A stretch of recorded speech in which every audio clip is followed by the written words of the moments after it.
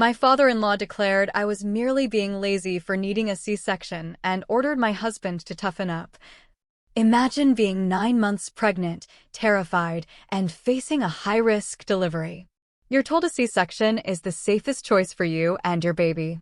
And the man you married, the father of your child, calls his dad to ask for permission to save your life. He wasn't joking. That was just the beginning of how I ended up delivering my baby alone and sending her father a card he'll never, ever forget. The weight of my 9-month pregnant belly felt like a constant anchor, pulling me down, but the real heaviness was in my heart. Every breath in our once happy home felt suffocating, thick with the unspoken truth that my marriage was crumbling, piece by painful piece. I'm Clara, and what you're about to hear is everything that led me to that moment and what happened after. I'd just had my baby, and instead of savoring those first precious days, adjusting to being a new mom, my mind was a chaotic replay of everything that had exploded between Ethan, my husband, and his family. My emotions were everywhere. I kept second-guessing myself, wondering if I was insane for doing what I did. But let me start at the beginning. My father-in-law, Arthur, is, well, he's old school. Controlling. The kind of man who thinks everything was better back in his day and won't ever shut up about it. He genuinely believes men are meant to be leaders and women are meant to be quiet and obedient. He'd constantly make these little digs at me, how I dressed, how I cooked, how I should serve Ethan better. Like it was 1953 and I should just be grateful someone married me. I'll never forget Thanksgiving dinner, sitting there passing the potatoes, when he announced to everyone that marriages lasted longer in his generation because women knew their place. His wife, Margaret, just sat stirring her coffee, like she'd heard it 1,000 times. And I'm sure she had. It was exhausting. I usually just ignored him because arguing with a man like that is pointless. You're not changing his mind, you're just wasting your breath. The real problem was Ethan. He grew up under Arthur's thumb. And I mean under it. Ethan isn't a bad person, not usually. He can be sweet, funny, caring. There were times, especially early on, when I'd see the real him, the guy who'd surprise me with my favorite takeout on a random Tuesday, or stay up late talking about everything and nothing. But when Arthur was involved, Ethan would instantly revert to this desperate little boy, constantly seeking approval. Whatever his dad said, Ethan followed. Even when it was clearly wrong. Even when it hurt me. We'd fought about it before, but I always told myself it would get better once we started our own family. I thought fatherhood would push him to finally step up, to break free from his dad's grip. I thought having a child would make him realize he needed to be his own man. I was wrong about that, too. Then I got pregnant. My pregnancy was brutal from day one. Horrible morning sickness that lasted way past the first trimester, months of not being able to keep anything down. Some mornings I'd be on the bathroom floor at 5 a.m., a cold washcloth on my neck, just waiting for the nausea to pass. Ethan would be asleep in the next room, never once getting up to check on me. Then I developed gestational diabetes, which meant constant monitoring, checking blood sugar multiple times a day, stressing about every single thing I ate. My feet swelled up so bad I couldn't wear normal shoes. I had to wear these ugly slide sandals everywhere, even to work. I had back pain that made it almost impossible to sleep.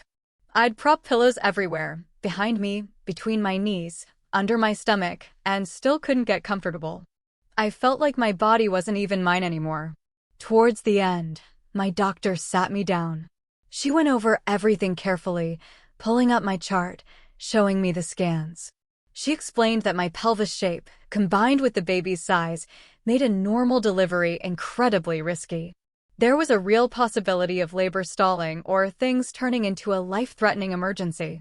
She recommended scheduling a C-section to avoid all of that. She didn't force me, but she made it very clear this was the safest choice for me and my baby. I actually felt relieved when she said it. Like a huge weight just lifted. I'd been dreading a long, grueling labor that could go sideways. I wanted what was safest. So, I went home and told Ethan what the doctor recommended. That's when he told me he needed to check with his dad. I actually laughed. I thought he was joking. But he wasn't. He pulled out his phone right there in the kitchen and called Arthur. I sat at the table, listening to him explain my medical situation to a man who sells insurance and has zero medical training. Zero. I could hear Arthur's voice through the phone, getting louder and louder, and Ethan just kept nodding like he was taking notes. When he hung up, Ethan repeated Arthur's words almost exactly. His dad said I was being dramatic, that women these days are lazy, that real mothers don't opt out. He said Ethan needed to man up and not let me take the easy way out. And Ethan agreed with him. He stood there in our kitchen and told me he thought his dad was right. That a C-section was unnecessary. That I just didn't want to go through the work. He said, "Women have been doing this since the beginning of time without surgery, and you need to toughen up." He wasn't listening to me. He wasn't listening to the doctor. He was just parroting his father, like always. I can't describe how betrayed I felt. I was 9 months pregnant, uncomfortable, exhausted, and scared out of my mind. And the man I married was calling me lazy for following medical advice. I wasn't asking for a vacation. I was trying to keep myself and our child safe, and he couldn't back me up. His first move was to call his dad. And his dad, a man who has never been pregnant, never had any medical training, that's whose opinion mattered more than mine and my doctor's combined. That night, I lay in bed staring at the ceiling while he snored next to me. And something just clicked. If I can't trust my husband to support me on something this serious, something involving my health and our baby's life, then I can't trust him at all. If he'd rather obey his father than protect me and our child, then what was the point of any of it? I didn't sleep that night. Just lay there, running through everything. Every time Arthur made a comment and Ethan said nothing. Every time I brought it up and he told me I was overreacting. It wasn't going to get better. The problem was that Ethan was still his father's son first, and my partner second, maybe third. So, I made my decision. The next morning, I called my doctor and confirmed the C-section. I didn't tell Ethan. Then I asked my mom, Sarah, to be my support person. She cried on the phone when I told her what happened. Not dramatic crying, just quiet, steady tears while she said she'd be there no matter what. I told the hospital staff that only she would be allowed in. And I stopped telling Ethan anything about the timeline. Didn't tell him the date. Didn't tell him when I went in. He'd ask about the baby, and I'd give short answers. Fine. Everything's fine. He never pushed. I think some part of him knew he'd messed up, but was too proud to say it. When the day came, Sarah drove me. She held my hand in the parking lot for a second before we went in. Didn't say anything, just squeezed it tight. The surgery went well. My daughter was born healthy, and hearing her first cry. I don't even know how to describe it. Everything that had been sitting on my chest for 9 months just lifted. I cried. One of the nurses put her on my chest, and she was so small and warm. For the first time in months, I felt like things were finally going to be okay. While I was in recovery, holding my newborn, I kept thinking about Ethan, about Arthur, about how during the scariest moment of my life, the man who was supposed to love me chose his dad's outdated nonsense over me and our child. I kept replaying that phone call in the kitchen. Him nodding along while his dad talked. The way he looked at me after and said I was being lazy, while I was 9 months pregnant with a high-risk condition. And I knew, with absolute certainty, I could never forgive that. That's when the idea for the card came to me. I asked the nurse for a blank card and some ink. I pressed my daughter's tiny foot onto the paper, and underneath, I wrote, "Thanks for turning your son into a single sore loser at 35. Then I mailed it to both Ethan and Arthur. That was my goodbye. The backlash has been intense. Ethan has been blowing up my phone, demanding to know how I could cut him out. His parents are calling me heartless. Margaret even left me this voicemail, actual crying, saying I'd broken her family apart. And I almost felt bad, until I remembered that this same woman sat in her living room while her husband told mine to deny me surgery. She didn't say a word then. So her tears feel a little late. Even some mutual friends think I was too harsh. One of them, Chloe, a girl I've known since college, texted saying the card was way too cruel. I stared at that text for a while. Way too cruel. Her words. Not the man who called his pregnant wife lazy, but me for sending a card. But my mom, Sarah, says I did the right thing. She says my daughter and I are safe, and that's what matters. She says you don't owe anyone an apology for choosing survival. Sarah has this way of saying things that just lands exactly right. She doesn't get dramatic, she just states it like a fact and moves on. I still go back and forth though. Was I too extreme? Did I overreact? All I know is I'm sitting here holding my baby, looking at her tiny face, and I feel both stronger and lonelier than I've ever been in my life. After that initial fallout, I received so much validation, and it honestly gave me the clarity I didn't realize I needed. Ethan did show up at the hospital. I hadn't told him the date, but I guess the silence from me tipped him off. He tried to get into my room, but the nurses held firm since I'd made it clear he wasn't allowed. I could hear him yelling in the hallway while I was holding my newborn, actually yelling. And the thing that truly gut-punched me? His reaction wasn't, "How's my wife?" or "How's my baby?" It was pure rage that he wasn't in control. That someone told him no and he couldn't handle it. Security ended up escorting him out. One of the nurses came in after and asked if I was okay. She had this look on her face like she'd seen this kind of thing before. She probably had. When I was discharged, I went home with Sarah. She's been staying with me, helping with the baby, and honestly, I don't know what I'd do without her. She took over the night feedings for the first week, so I could actually heal. Those first nights were brutal.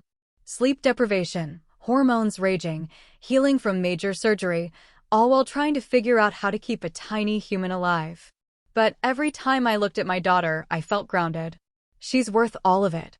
Ethan has been spiraling since, alternating between begging me to come back and sending nasty messages about how I've ruined his life. Sometimes both in the same hour. He'd send this long text about how much he loves me and can't live without me, and then 20 minutes later, another one calling me selfish and saying I'm going to regret this. He hasn't once apologized for siding with Arthur or for calling me lazy. Not once. Every apology is wrapped in blaming me for embarrassing him, for making him look bad, for not giving him a chance to, his words, be the man. And Arthur left a voicemail saying if I was a real wife, I'd be trying to rebuild the family instead of tearing it apart with, again, his words, feminist nonsense. Said I was turning his granddaughter against her own blood. She's a newborn. She can't even hold her head up yet. I didn't bother replying to any of it. Legally, I started the separation process. Sarah connected me with an amazing family law lawyer. Custody is the big question right now.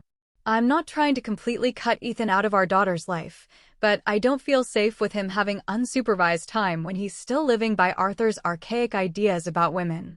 My lawyer said courts usually lean towards shared custody unless there's a serious risk. Emotionally, I'm a mix of everything. Relief that I trusted myself and didn't let them bully me into risking my health. Relief that my daughter arrived safely. But grief, too, for the marriage I thought I had. I keep thinking back to our wedding, the promises he made. How excited we were when we found out I was pregnant. We'd been at this restaurant, nothing fancy, just a place near our apartment with good pasta. And I showed him the test under the table, and he got this huge grin and grabbed my hand and said, "We're going to be great at this." That version of him felt like a completely different person from the one who called his dad to ask if I was allowed to have surgery. I wanted a partner. Instead, I got a man who let his father make decisions about my body. The card has become kind of famous in my family. Half think it was perfect. Half think it was cruel. I don't regret it, though. It was the one moment where I felt like I had power again after months of being dismissed. My daughter is thriving. She grips my finger with this surprising force, and every time she does, I think about the future I want for her. One where she grows up seeing women stand up for themselves. Things got a whole lot messier after that, which I didn't even think was possible. But Ethan and Arthur decided to treat this like a war they could win through sheer stubbornness. Spoiler. It backfired on both of them spectacularly. After the legal proceedings began, I figured Ethan would calm down once lawyers got involved. That usually sobers people up, right? Having an actual lawyer tell you to stop doing dumb stuff. Not these two. He and Arthur doubled down. They decided to fight dirty. Ethan argued in court that I had cut him out of the birth on my own, and that it proved I wasn't willing to co-parent. And Arthur, this is real. This actually happened. He submitted a written testimony to the court about how I was corrupting the sanctity of motherhood by choosing surgery over natural delivery. A written testimony to a judge about how I corrupted motherhood by having a C-section that my doctor recommended. My lawyer she destroyed them. Told the judge that medical decisions are between patient and doctor, not meddling relatives. My medical records backed me up completely. The risks, the doctor's recommendation, all documented. The judge didn't look convinced by any of their nonsense. It's all documented now. Every time they try to attack me, they just expose themselves even more. The court isn't interested in their outdated ideas about real women and household authority. The court wants to see who can provide a safe and stable environment for this child. And these two keep proving over and over that it's not them. Supervised visitation kept going downhill fast. The center staff wrote more reports about how Ethan was struggling without direction from his dad. They noted he barely interacted with the baby unless someone told him what to do. Even simple stuff, holding her, playing with her, required coaching. After several warnings, the center finally barred Arthur from attending. Told Ethan he could continue visits alone, but his father was no longer allowed on the property. That's when everything cracked. His first solo visit, he sat in the room like a lost teenager. Staff wrote that he spent most of the time scrolling his phone, looking at the baby now and then, but making almost no effort to engage. At one point, the baby started fussing, and he just looked at the staff member like he expected them to handle it. When they reminded him the time was for bonding, he muttered that he didn't know what to do. A grown man sitting 3 feet from his own daughter, saying he didn't know what to do. That sentence has lived in my head since I read that report. It went like that for a few weeks. Then he started missing visits. First he said he was sick, then work obligations, he was still unemployed as far as anyone knew, so whatever that meant. Then he just stopped giving reasons. Would just not show up. The staff called him once, and he didn't answer. They reported everything, and my lawyer submitted it all to the court. At the next hearing, the judge asked him directly why he was skipping visits. He blamed me. Said I'd poisoned the relationship and made it impossible for him to connect. The judge wasn't buying it. She pointed to the reports showing he barely participated when he was there. Told him bluntly that parenting is an active role, not something that just happens. He looked stunned, genuinely stunned, like nobody in his entire life had ever said it to him that directly before. Then came the breaking point. The judge asked if he wanted to continue visitation. Simple yes or no question. Any normal person who wanted to see their child would say yes and promise to do better. Instead, he launched into a rant. How he shouldn't have to prove himself as a father. How a man's role is being disrespected in today's society. How this whole process was beneath him. And how the family court system was designed to punish men who want to lead their families.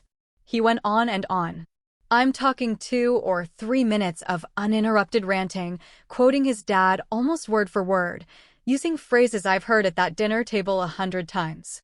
The judge let him go for a while, just sat there watching him dig. Then she cut him off mid-sentence. After that, the judge made her ruling. Supervised visitation continues for 3 more months. But if he misses again or refuses to participate, it gets suspended. No end date, no exception. She made it clear, the responsibility was entirely his now. No more excuses. No more blaming me.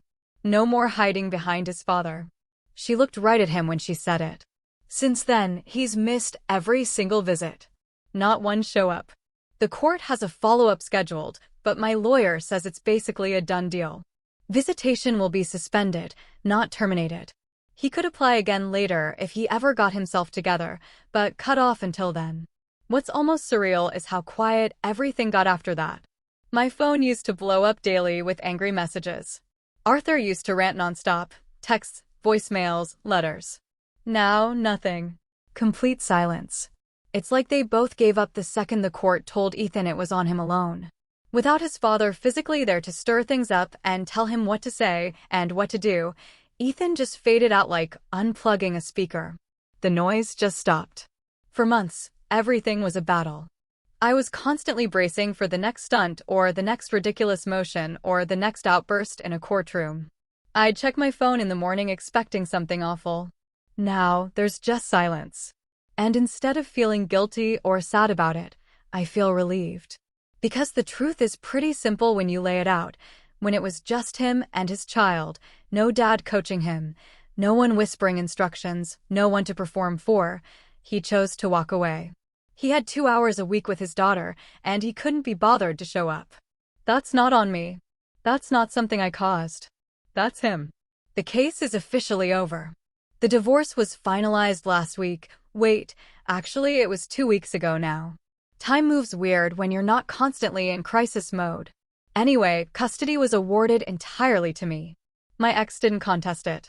Didn't even show up to the last 2 hearings. His lawyer showed up alone both times, looking like a man who definitely regretted taking this case. The judge suspended visitation with no end date due to repeated no-shows and zero effort.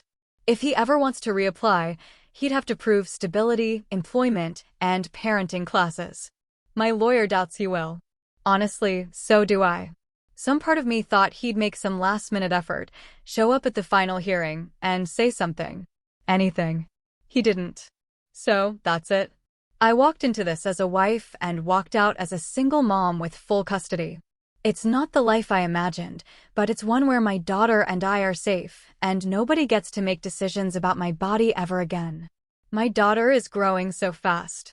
She's got these cheeks that take up half her face, and this way of looking at you like she's already figuring everything out. She started making these little sounds last week that Sarah swears are her trying to talk. Sarah is still around, helping, and I've settled into a routine that actually feels like mine for the first time. Some mornings I sit with my coffee, always lukewarm because I forget about it every single time, and watch my daughter sleep, and I think about how different everything looks compared to a year ago. The apartment is quiet now in a good way. I hung up some photos of just me and her, rearranged the nursery the way I wanted, without anyone's opinion. I bought this little mobile with stars on it from a shop near Sarah's house. She loves staring at it, just lies there watching the stars go around and around with her mouth open. The card is still hanging in my hallway. My aunt framed a copy of it as a joke, and every time I walk past it, I smile. My ex, I guess, tells anyone who will listen that it was the cruelest thing ever done to him. Honestly, if a card with a baby footprint is the worst thing that's ever happened to you, then you've had a pretty easy life. I don't know what happens next for them, and I honestly don't care. What I know is my daughter will grow up watching her mother refuse to be controlled by anyone. And someday when she's old enough, I'll tell her the whole story. Not to make her hate her father, but so she knows that when it mattered most, when it really counted, someone chose her. I do wonder sometimes if Margaret, Arthur's wife, ever wanted to say something during all this. She was always so quiet, just sitting there at family events, watching her husband control everyone around him. I'll never know what she was thinking, but I hope she's okay. So, that's my story. It's been a whirlwind, a heartbreak, and a reclamation all at once. What do you think? Was the card too far, or was it exactly right? And should courts be looking more closely at the influence of toxic in-laws when deciding custody? Let me know your thoughts in the comments below. I'm reading everything.